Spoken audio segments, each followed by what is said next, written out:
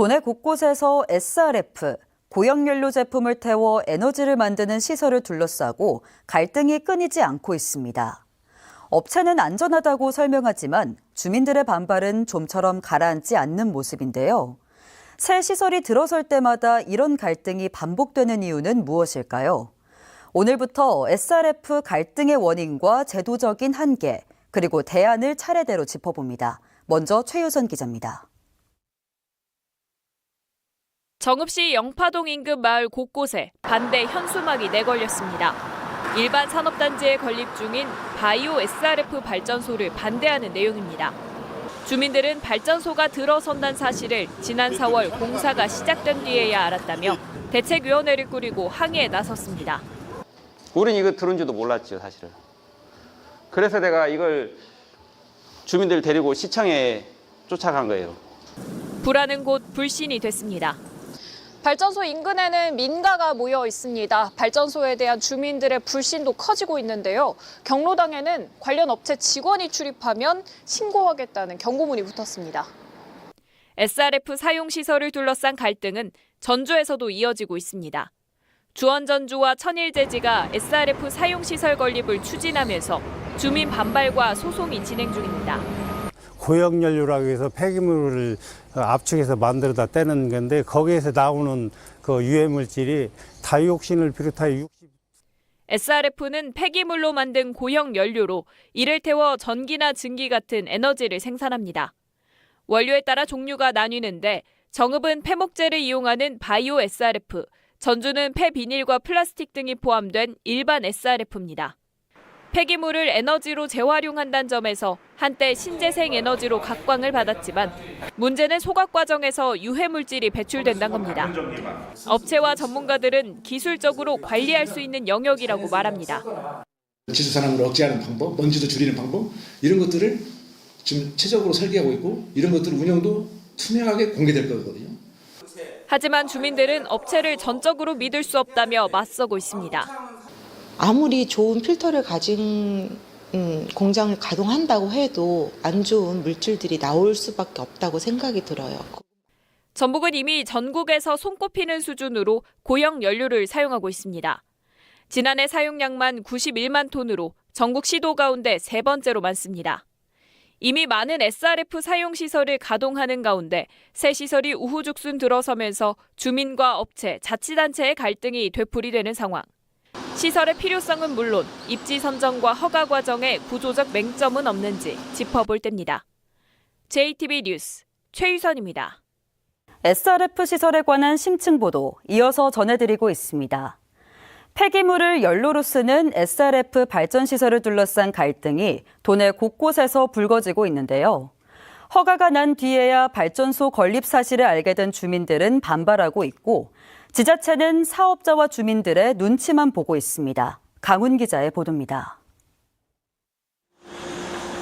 SRF 시설이 주민들의 생활 반경 안에 들어올 수 있는 것은 당연하지만 지자체의 허가가 있기 때문입니다. 지난 2016년 주식회사 주원전주가 전주시 팔복동에 지으려 했던 SRF 발전시설. 공정률이 70%가 넘은 상황에서 전주시에 중지 명령이 내려졌습니다. 이미 발전사업 허가와 폐기물 처리 사업 계획, 대기 배출시설 설치 허가까지 통과된 다음이었습니다. 다른 지자체는 이렇게 주민들에게 물어보고 충분히 기간을 줘서 검토도 충분히 하고 해야 되는데 전주시는 전혀 그런 자체가 없었던 거죠. 정읍 SRF 발전소도 정읍시가 허가를 내준 뒤 주민들이 거세게 반발하자 뒤늦게 공사 중단 가처분 신청에 나섰습니다. 우리하고 협의 없이 가처분 신청합니다. 저희는 거의 한 달 반 동안을 그거에 대한 가처분 신청에 대응을 합니다. 산업부가 주원전주 시설의 발전사업 허가 과정에서 이 사업에 대한 전주시의 의견을 물었을 때 당시 전주시는 하루 만에 동의 의견을 보냈습니다. 정읍시에는 2번이나 의견을 물어봤는데 민원 우려 정도의 답이 전부였습니다. 허가 전에 공론화와 의견 수렴 과정을 거칠 수 있었지만 두 지자체는 이런 과정을 건너뛰었고 문제가 불거지자 수습에 나선 겁니다. 법원은 업체들의 손을 들어주고 있습니다. 정읍시의 공사중지 가처분 신청은 허가가 적법하게 이뤄졌고 피해에 대한 구체적인 증거가 없다며 기각됐고 전주시는 주원전주가 제소한 4건의 소송에서 패소했습니다. 행정소송이 진행되고 있는 천일제지 SRF 시설의 허가 과정에서도 시민들을 대상으로 한 지자체의 설명이나 의견 수렴 과정은 없었습니다. 문제가 생길 만한 시설에 대해 지자체가 설명회를 열어야 한다는 등의 관련 규정이 없다는 게 이유였습니다. 그런 법률이 아니기 때문에 우리가 강제성을 못 띠거든요. 공론화 과정을 못 띠고 다만 이 시설에서 시민들에게 다가가야지. 주민들의 반발이 뻔히 예상되지만 자치단체는 관련 규정이 없다며 숨어버렸다가 주민들이 문제를 제기하면 그제야 결정을 뒤집는 일이 반복되고 있습니다.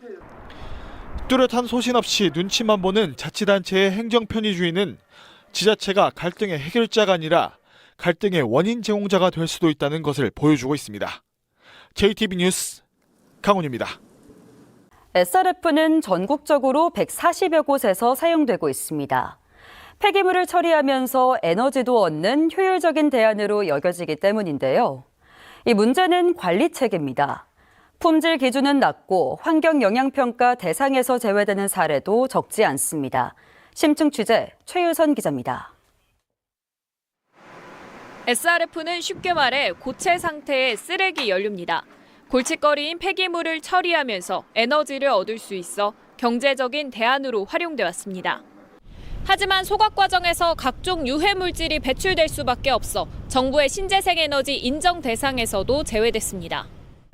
유해성 논란이 잇따르자 정부도 품질 등급제 도입을 검토했습니다.